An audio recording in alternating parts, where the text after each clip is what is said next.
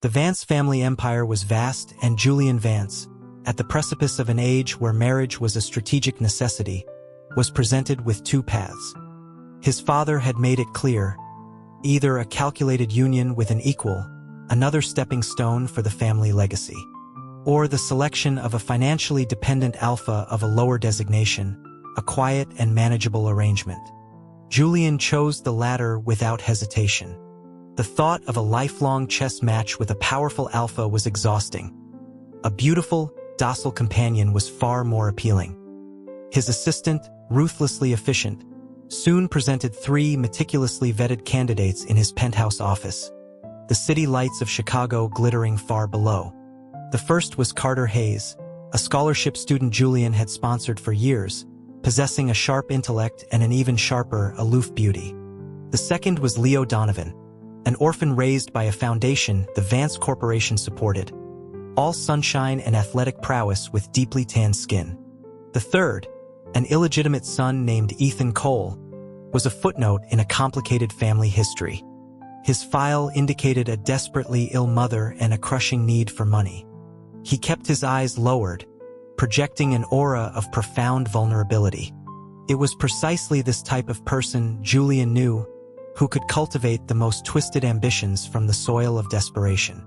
They were the most difficult to control.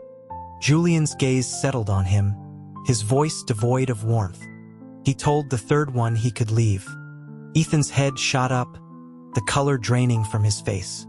Shock and confusion warred in his striking eyes, which quickly filmed with an unshed layer of moisture, a picture of heart-rending distress.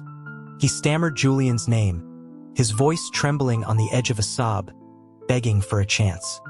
He promised to be compliant, to be whatever Julian required, assuring him he would agree to any terms, sign any contract. This display of shattered desperation was unexpectedly pleasing. A flicker of something akin to pity stirred within Julian. He supposed he could keep the stray cat around, just to see what tricks it might perform. He relented, his tone a casual dispensation of grace, informing Ethan he could stay for now, pending observation. Julian's eyes swept over the disparate trio of alphas. He stated his terms with unassailable authority. He had no need for an ambitious alpha. Their sole purpose was to be devoted, to serve his needs. Good performance would be rewarded with a $50,000 monthly allowance. The assistant stepped forward, presenting 3 identical, pre-drafted agreements. The assistant's voice was a monotone instrument of legal precision, explaining that signing the document signified their consent to all of Mr. Vance's conditions. An evaluation period would commence, after which the final candidate would be chosen. He wished them luck. Leo Donovan grinned, signing his name with a flourish after barely glancing at the text, his optimism seemingly boundless. Ethan Cole, his fingertips still unsteady, signed with a humble, submissive posture. Only Carter Hayes, the proud scholar, hesitated. His knuckles were white as he gripped the pen, his eyes scanning the clauses of the near-indenture agreement. After a long, internal struggle, he closed his eyes and finally affixed his signature. A few days later, the image of Carter's defiant eyes came to Julian's mind. On a whim, he sent a terse message, informing Carter he would be picking him up after his classes. He deliberately chose his newest limited-ion sports car, parking it in the most conspicuous spot in front of the university's main hall. The low rumble of the engine drew countless curious stares. When the afternoon lectures let out, Carter emerged into the throng of students and immediately saw the car, and Julian leaning against it. A frown creased his brow. He approached reluctantly. He asked Julian, his voice a low hiss of displeasure, why he had to be so ostentatious. He worried what his classmates would think. Julian just smiled, tapping a finger on the steering wheel, and remarked that they would probably be envious that Carter had found such a generous patron. Carter's handsome face went rigid. Julian reached out to touch his hair, but Carter flinched away. Julian, unbothered and amused by the reaction, told him softly to be good, that he would have to get used to this. Carter's ears flushed with a mix of shame and anger as he demanded that Julian stop being so flippant. Just as Julian's patience began to wear thin, a familiar voice interjected. It was Ethan, asking if Julian was there to pick up Carter. He stood a few feet away, his gaze shifting between the two of them, his watery eyes filled with a carefully curated envy. Julian confirmed that he was. A shadow of disappointment crossed Ethan's face. He murmured how nice it must be for Carter to have Julian come and get him while he had to walk back alone. He then quickly backtracked, waving his hands as if to dispel any misunderstanding, insisting he wasn't blaming Julian, that he knew he hadn't done enough to earn such attention. Carter let out a derisive snort. He pulled his arm from Julian's grasp, his cold eyes sweeping over Ethan before landing back on Julian. He suggested that since Ethan was so envious, Julian should just give him the ride instead. With that, he turned and walked away, leaving Julian with nothing but his resolute back. Julian watched him go, a brow arched in amusement at the boy's temper. Then he turned his gaze to Ethan, who was still artfully playing the part of the unfortunate soul, looking up at him with the wide, hopeful eyes of a fawn. Julian dangled the car keys for a moment. Then, as Ethan's expression brightened, he simply got in the car, started the engine, and drove off, leaving him standing there. He let out a short, sharp laugh. The illegitimate kid was a master of passive aggression. Several days of grueling work left Julian utterly drained. As his car pulled up to his modernist mansion, he saw a tall figure huddled by the front entrance. It was the athlete Leo Donovan. Hearing the car, Leo looked up, and upon recognizing Julian, his face split into a wide, brilliant smile, his white teeth gleaming. He looked like a large, devoted dog welcoming its owner home. He called out a booming greeting, his joy uncontained. The sight of that smile seemed to melt some of Julian's fatigue. He nodded, his voice tired, asking what Leo was doing there. Leo scrambled to his feet, scratching his short-cropped hair with a hint of bashfulness. He explained that he had seen Julian's social media posts and gathered he was working himself to the bone, so he thought he might cook him a decent meal. He held up a grocery bag as evidence, boasting that his cooking skills were quite good. Julian let him in. Leo immediately tied on an apron and set to work in the spacious kitchen. His large frame, with its bronze skin and defined muscles, moved with surprising grace as he chopped and stirred. Before long, a few aromatic, home-style dishes were on the table. They tasted unexpectedly delicious. Leo sat across from him, his eyes shining as he awaited the verdict, again like a puppy waiting for praise. He explained that he had learned to cook at the orphanage, often making meals for the younger children. Julian gave a sincere nod of approval, his appetite returning. Throughout the meal, Leo was a fountain of cheerful chatter, telling stories about his basketball team that made Julian's lips curve into a smile more than once. His vibrant energy was a welcome antidote to Julian's exhaustion. After dinner, Leo efficiently cleared the dishes. When everything was done, he stood awkwardly, rubbing his hands together. He told Julian he should probably get going so Julian could rest. Julian glanced at the clock on the wall. It was already past 10. He said it was too late and told him to stay. The suggestion made Leo's face flush a deep red, a blush visible even against his tan skin.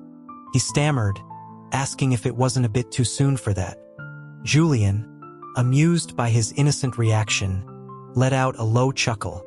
He let the implication hang in the air for a moment before clarifying that the guest room was empty. Leo's relief was palpable, though the blush remained. He grinned sheepishly and thanked Julian. That night, Julian slept more soundly than he had in weeks. The next morning, he woke to the smell of food. Leo had already prepared breakfast. As Julian sat down, he noticed a packed lunch bag on the counter and asked about it.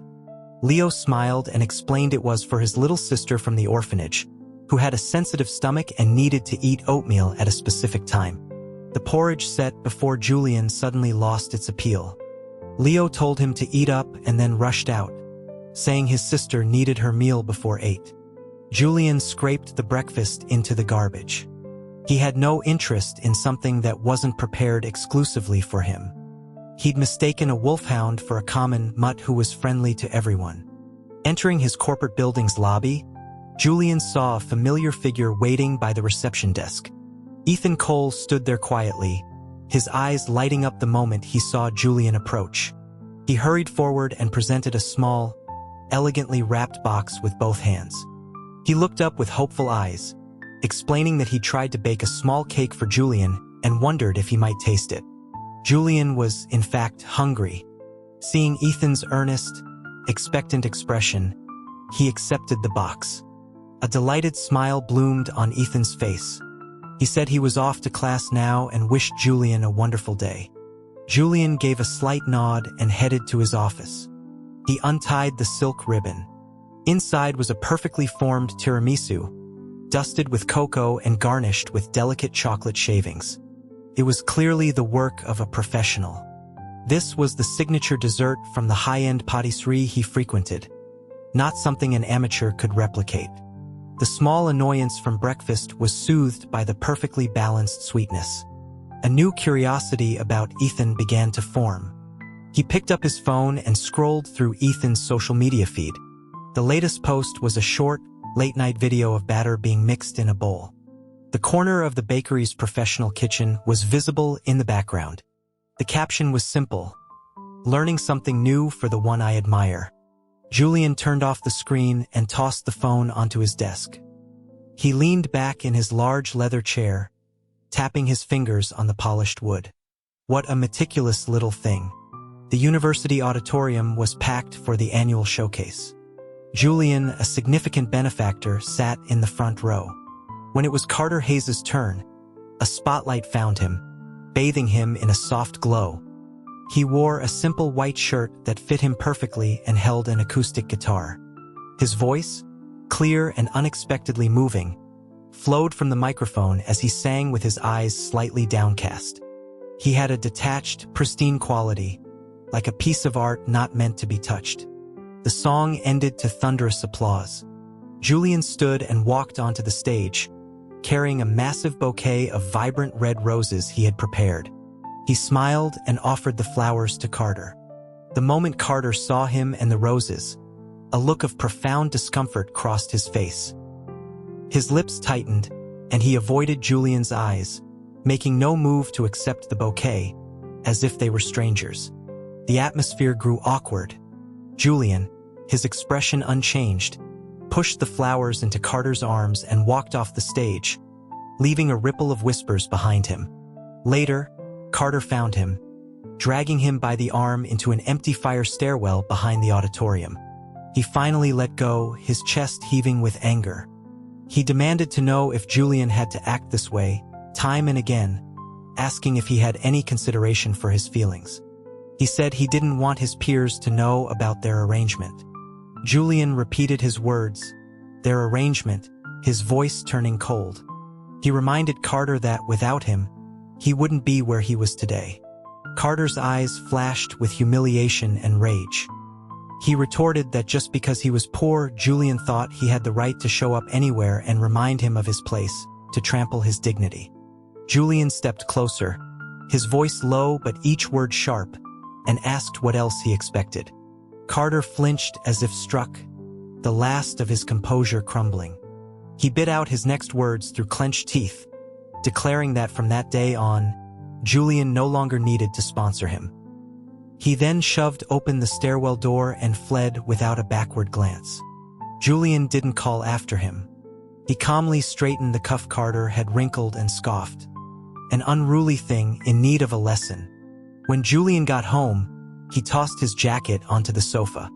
His phone lit up with several unread messages from Ethan. He opened the conversation. The first thing he saw was a photo. In the dim light, the bouquet of roses he'd given Carter was now arranged beautifully in a simple white ceramic vase. Below the picture were several voice messages. Julian played them. Ethan's soft, slightly timid voice filled the silence. He explained that he was passing by backstage, and saw that Carter had thrown Julian's flowers into a trash can. His voice was filled with a pained disbelief that someone could discard something so beautiful, a symbol of Julian's affection. He then sounded hesitant, almost apologetic, admitting he couldn't bear to see them wasted, so he'd rescued them. He pleaded with Julian not to be angry, that he just thought it was such a shame. The final, brief message stated that he had taken them home to care for them, so that Julian's sentiment could last a little longer. The conversation ended with the image of the resurrected roses. Julian tapped his fingers on the screen.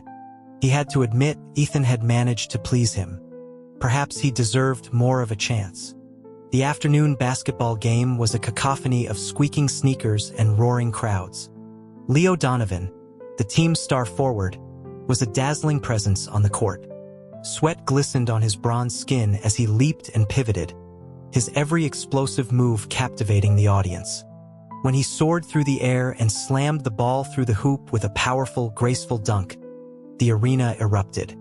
Amidst the cheers were the excited screams of numerous Omegas. Julian watched from the best seats in the house, a dry feeling in his throat.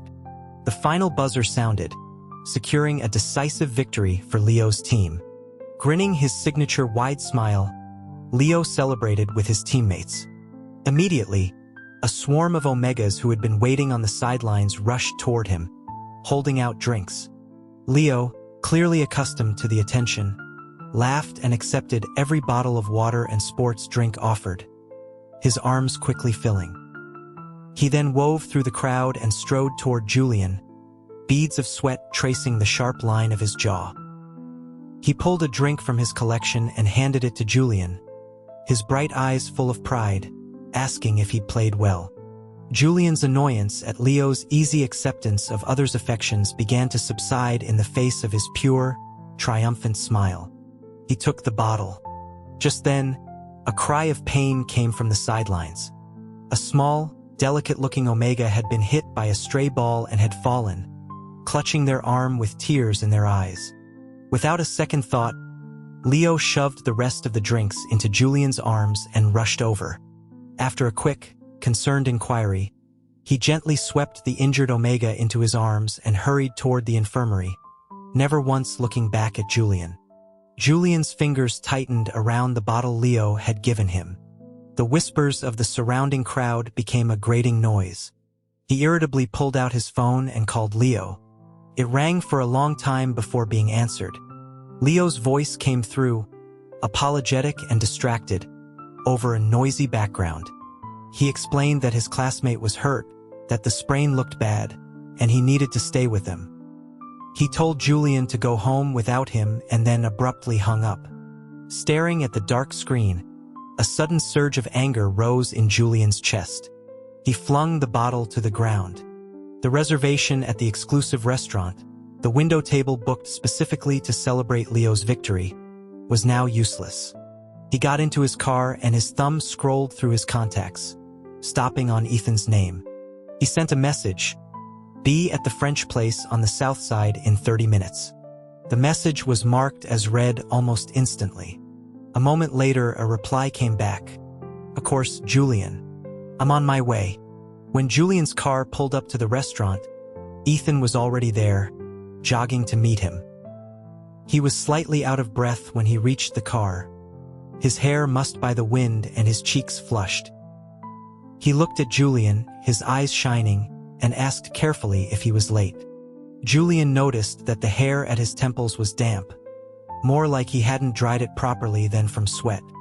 He raised an eyebrow, gesturing towards it. Ethan self-consciously ran a hand through his wet hair, mumbling that he had been in the shower when he saw Julian's message and had rushed out, afraid to keep him waiting. Julian's mood softened slightly. He acknowledged that Ethan was at least considerate. Hearing this, Ethan looked as if he'd received the highest praise, promising that he would always be this obedient. Inside the restaurant, Julian led the way. Soft light from crystal chandeliers washed over the room, where the air hummed with quiet piano music and a subtle, expensive fragrance. Ethan followed a half-step behind, his footsteps almost silent on the marble floor. His fingers nervously twisted the hem of his slightly worn shirt, his unease a stark contrast to the surrounding opulence. When the maitre d' showed them to their seats, he sat down stiffly on the edge of the plush chair. He whispered that the place was incredible, that he'd never been anywhere like it. He glanced at the other elegantly dressed patrons and asked, his voice laced with anxiety, if he was going to embarrass Julian. Julian gave a slight laugh, telling him not to worry about it. This seemed to reassure Ethan, and his tense shoulders relaxed a fraction. As the courses arrived, he ate with intense focus, savoring each bite with a look of pure, simple delight. He would whisper about how delicious the soup was or how tender the steak was, his cheeks slightly puffed with food like a contented squirrel. When he looked up at Julian, his eyes curved into crescents. He confessed that it was the best meal he had ever had. Partway through dinner, his expression suddenly fell. He put down his cutlery and his voice grew quiet. He explained that to save money for his mother's medical treatments, he hadn't eaten a proper meal in a very long time, surviving mostly on bread or the cheapest takeout. When he looked at Julian again, his eyes were misty. He said it was only because of Julian that he could experience something so wonderful. The subtle catch in his voice struck an unexpected chord in Julian. Almost involuntarily, Julian promised that if he wanted to eat like this again, he would bring him. Ethan's face lit up, and he nodded eagerly, his smile so bright it was almost blinding, saying that Julian was the best. The next morning, Julian was awakened by a commotion outside his door. He opened it to find Leo Donovan pinning Ethan Cole to the ground, his fist raised to strike. Julian barked at him to stop and pulled Leo off of Ethan. He bent down to help Ethan up. Ethan's face was pale, his hair was a mess, and a trickle of blood seeped from the corner of his mouth. A distinct red handprint was already swelling on his cheek. He looked up at Julian with tear-filled eyes and forced a smile, insisting he was fine, that it was just an accident and Julian shouldn't blame Leo. He winced as he spoke, which only made him look more pathetic. Leo, incensed by Julian's protective stance, stood there fuming. He pointed a shaking finger at Ethan, his voice loud with rage, exclaiming that Julian hadn't seen what happened. He claimed Ethan had provoked him first with snide remarks, calling him a brainless jock who didn't deserve to be in Julian's company. Julian looked from the slight, trembling Ethan to the towering, furious Leo, and his judgment was already made. He cut Leo off coldly, his gaze fixed on the mark on Ethan's face, a new wave of anger rising. He told Leo he was deeply disappointed. Leo ran a hand through his hair in frustration, his face a mask of disbelief and hurt. He asked why Julian wouldn't believe him, insisting Ethan had been acting completely different just moments before. Julian, his voice hard, told him he didn't want to hear it. He ordered Leo to leave, saying he wasn't interested in his excuses and that he was not to come back. Leo froze, the anger in his eyes slowly replaced by a wounded look. He pleaded with Julian to believe him, just this once. Julian looked away and repeated his order for him to get out. Leo stared at Ethan with a look of pure venom. Then, with a guttural cry of frustration, he punched the wall, the sound a dull thud, and stormed away. Once Leo's footsteps faded, Ethan tugged gently on Julian's sleeve. He looked up, his voice full of self-reproach, apologizing and saying Julian shouldn't have sent Leo away on his account, that he knew how much Julian had liked him. Watching Ethan, still trying to be considerate even after being hurt, a pang of guilt went through Julian.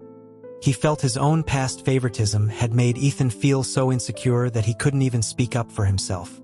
He sighed, his fingers gently brushing the corner of Ethan's injured mouth.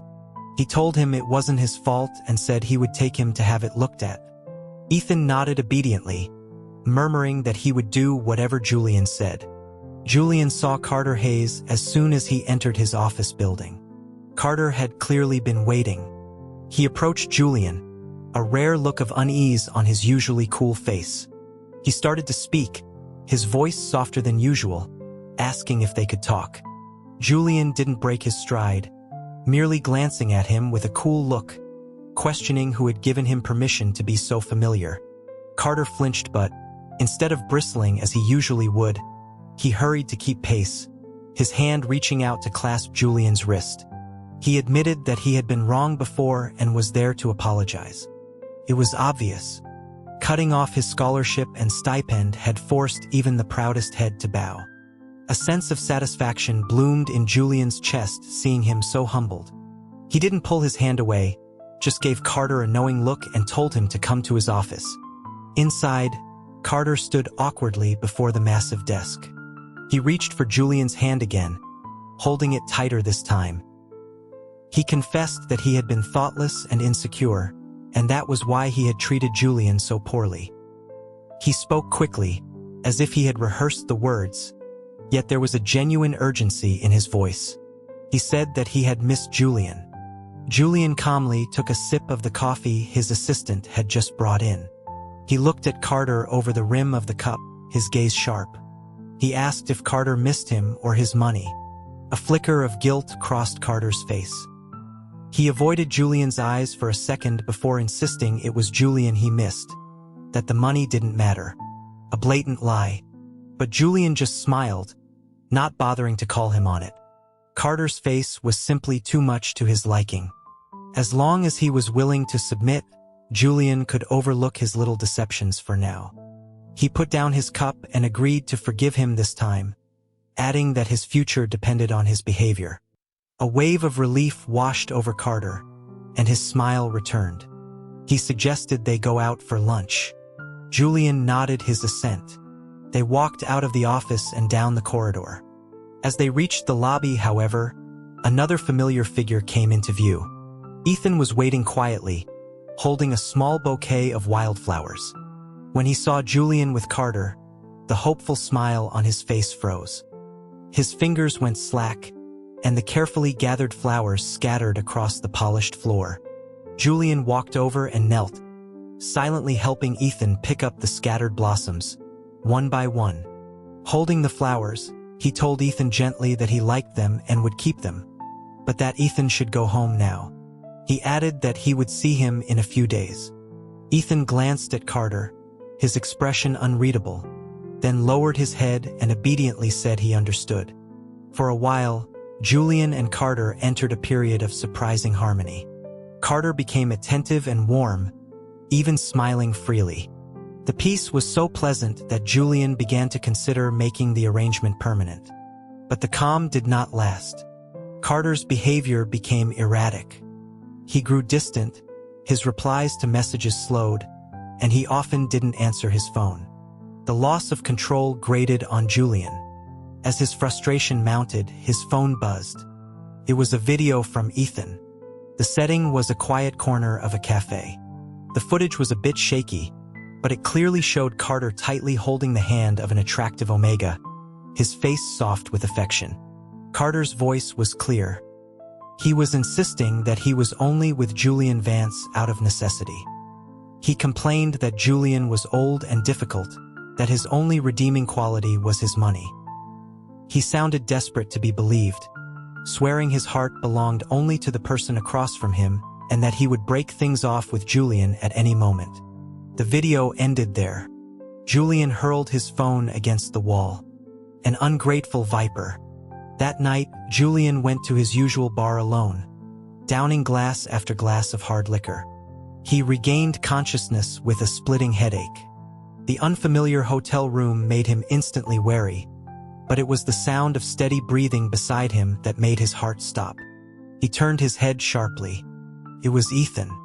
A roar filled his ears as he sat bolt upright. He demanded to know what Ethan was doing there. The noise startled Ethan awake. He blinked, and a blush spread across his face when he saw Julian. He stammered that Julian had been very drunk the previous night and had insisted that Ethan stay. He trailed off, looking down shyly, and apologized, saying Julian had just been too cute and he couldn't resist. Julian pressed his hands to his throbbing temples, trying to recall anything from the night before, but his memory was a complete blank. He got out of bed and, with his back to Ethan, said coldly that what happened was a mistake. As he dressed, he told Ethan to name his price for compensation, but to forget what had happened. There was a long silence from the bed. Julian frowned and turned around, meeting a pair of eyes filled with hurt. Ethan's voice was small as he asked if Julian wasn't going to take responsibility. Tears welled up and began to fall as he professed that all he wanted was to be by Julian's side, even without a title. His selfless devotion sparked an unexpected and powerful wave of guilt in Julian. He felt like a complete cad. Averting his gaze, he rubbed his brow. It was a compromise or perhaps a moment of impulse. He told Ethan he could have a chance, that he could be his boyfriend for now. Ethan's tear-streaked face broke into a radiant smile. He launched himself at Julian, wrapping his arms around his neck and planting a quick, firm kiss on the corner of his mouth, promising fervently that he would be the best boyfriend ever. Not long after that absurd incident, on a night of torrential rain, his doorbell rang insistently. When he opened it, a drenched Ethan stood on his doorstep. Rain dripped from his hair, and his thin shirt clung to his body, outlining a slender but strong frame. He clutched an old backpack to his chest, shivering in the cold, looking like a lost kitten. He told Julian, his voice trembling, that his landlord had kicked him out and asked if he could stay for just one night. A soft spot in Julian's heart gave way. He stepped aside and let him in. Ethan looked up with surprise and gratitude, stepping carefully into the warm, dry house as if afraid of dripping on the floor. Julian had only intended for him to stay a night or two, but Ethan seamlessly integrated himself into Julian's life. He took over all the household chores, keeping the large house immaculate. He cared for Julian with an almost unnerving level of attentiveness. Julian grew accustomed to seeing him there upon returning home, to his quiet companionship. This fragile peace was shattered when Carter reappeared. He tried to take Julian's hand, pleading for them to get back together. He admitted he had been wrong, that he'd had a moment of weakness. Julian, remembering the video, recoiled in disgust. He told him to get lost. Rebuffed, Carter retaliated by leaking carefully edited snippets of their private conversations online. In the distorted narrative he created, he was the innocent victim, exploited and then discarded by the wealthy Julian. The story exploded, and a torrent of public condemnation was directed at Julian. Somehow, Ethan found out. The next day, Julian received word that Carter had been cornered and badly beaten at the university. That evening, Ethan returned home with a dark bruise blooming on his own cheekbone. He stood before Julian and, looking up, announced that he had gotten revenge. He then pointed to his own injury, his voice turning pitiful, saying that it hurt and needed Julian to make it better. Julian had never imagined that this delicate-looking boy could be so fierce, and that he would do it for him. A wave of profound affection washed over him. He realized he had been completely won over by this little creature. Recently, Ethan had been keeping odd hours, often returning late after Julian was asleep and leaving before dawn. When asked, he would vaguely mention part-time work. This lack of transparency unsettled Julian. Then one evening, he came home to a shocking sight. The living room was filled with what seemed like 1,000 red roses. In the center of the floral sea, Ethan was kneeling. He was dressed in a well-fitting black suit, his hair perfectly styled. Seeing Julian, he took a deep breath and produced a small velvet box. With trembling hands, he opened it to reveal a diamond ring. He looked up, his voice filled with all the courage he could muster, and asked Julian to marry him. Julian's heart felt as if it had been struck by something soft and intensely hot. All his previous frustrations vanished, replaced by an overwhelming sense of being deeply moved. He asked, his voice softer than he intended, if this was what Ethan had been doing all this time. Ethan nodded, his eyes shining with unshed tears. He said he had wanted it to be a surprise. He carefully took the ring from the box and gently took Julian's left hand. He admitted that the ring was small, that it was all he could afford after working for so long. He promised that one day he would replace it with the biggest, most brilliant diamond imaginable. The love in his eyes was an ocean threatening to drown Julian. Julian looked at him and smiled. He let Ethan slide the ring onto his finger. The cool metal fit perfectly. He held up his hand, admiring the stones sparkling in the light. He said there was no need to replace it, that this one was perfect. He decided to marry him.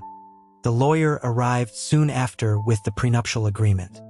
As the thick document was laid out, the lawyer explained that all of Julian's assets were notarized and separate from Mr. Cole. The agreement stipulated that, post-marriage, Ethan would only have residential rights to property gifted by Julian and a monthly allowance of $500,000. Julian looked at Ethan, who seemed not to have heard a word. His gaze was fixed lovingly on the hand that wore his ring. When the lawyer asked for his signature, Ethan picked up the pen without a moment's hesitation and signed the last page without even reading it, as if the only thing that mattered was Julian himself and nothing else. They went to the city hall. When the crimson marriage certificates were in his hands, Ethan held them like a priceless treasure, a smile he couldn't contain spreading across his face. The first thing he did when they got home was to frame the two certificates and hang them on the wall.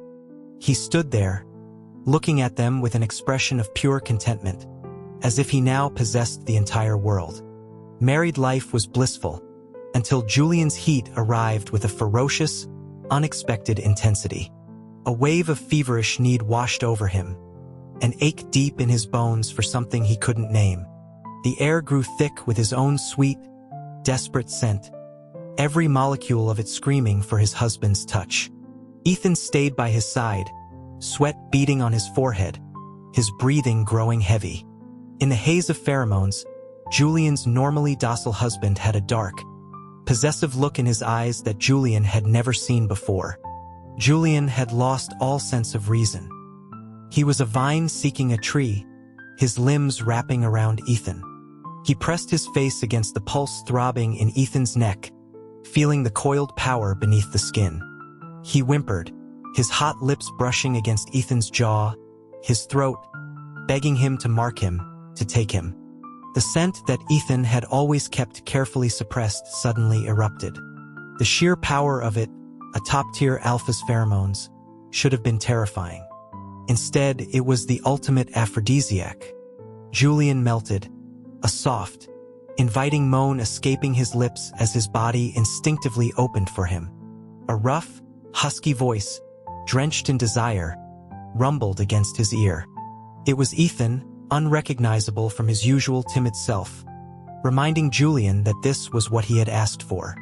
He lifted Julian into his arms, and the world dissolved into a whirlwind of sensation, from the bedroom to the moonlit balcony to the cool surface of the kitchen counter. Julian's pleas and cries were swallowed by his husband's relentless passion, a storm of pure possession. When the tide of his heat finally receded, leaving him sore and boneless, reason returned with a painful jolt. He pushed Ethan away and struggled to sit up, his face a thundercloud. His voice was a raw rasp.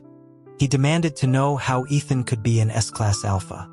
Instantly, the possessive alpha vanished. Ethan scrambled off the bed and dropped to his knees on the rug.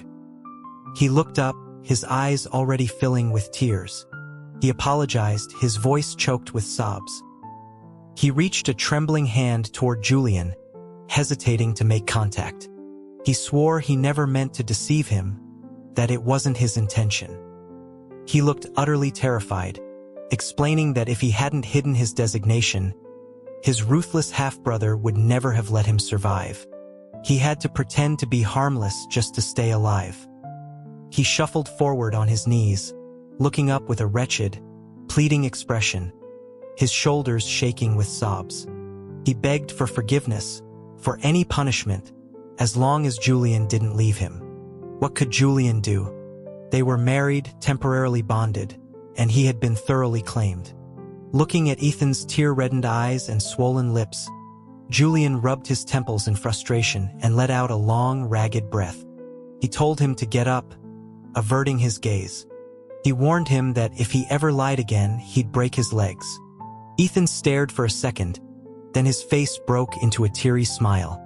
He scrambled up and threw his arms around Julian, telling him he was the best. Julian sighed. He was well and truly caught. An important business gala required a +1, and Julian naturally told Ethan to prepare. But Ethan was uncharacteristically hesitant, avoiding Julian's gaze and making clumsy excuses. After several attempts, Julian's patience snapped. He slammed a file onto his desk and delivered an ultimatum. Either Ethan attend, or their lawyers would be drafting divorce papers the next day. Ethan's lips moved, but no sound came out. Finally, he conceded in a low voice that he would go. The ballroom was a swirl of glittering gowns and clinking champagne glasses. As they entered, Julian could feel the tension in Ethan's arm. Things were normal until a few business acquaintances came over to chat. After some pleasantries, one of them looked from Julian to Ethan with a knowing smile. He congratulated Ethan, remarking that the rumors were true after all, that he had finally gotten his wish and secured his union with Julian Vance. Another chimed in, adding that they had heard Cole Industries was pursuing a merger with Vance, and that the marriage was a brilliant strategic move.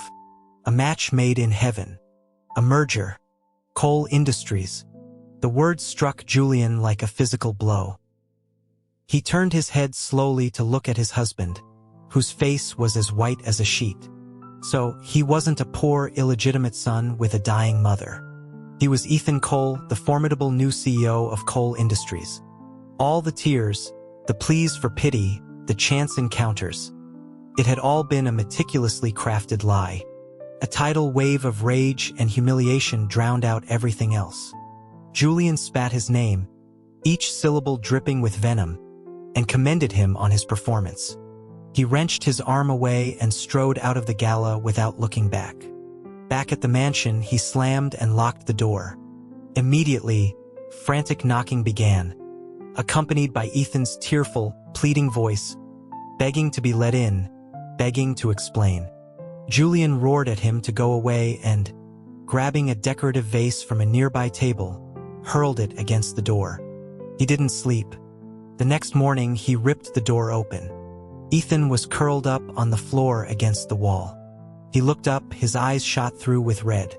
He tried to stand, but his legs were numb and he stumbled. He begged again, his voice hoarse, for a chance to explain. Julian looked down at him, his own voice ice cold. There was nothing to explain. They were getting a divorce. The color drained from Ethan's face. He fell to his knees and wrapped his arms around Julian's legs. His face streaked with tears. He cried that he would never agree to a divorce. Never.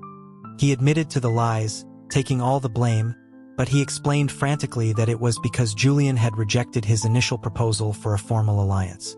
He had been left with no other way to get close to him.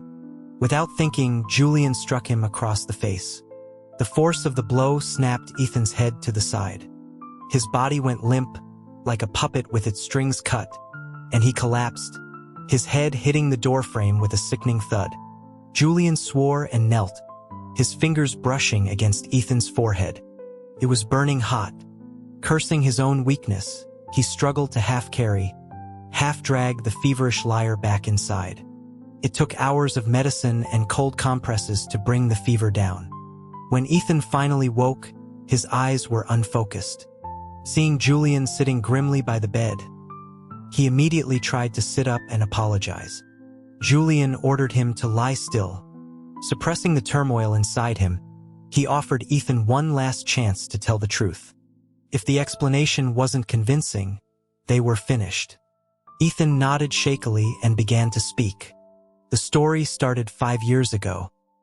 He had been a late bloomer, delicate and fine-featured, and everyone assumed he would present as an omega. His mother was dying, and the medical bills were astronomical. In desperation, he accepted an offer from the father who had long since abandoned them and returned to the Cole family.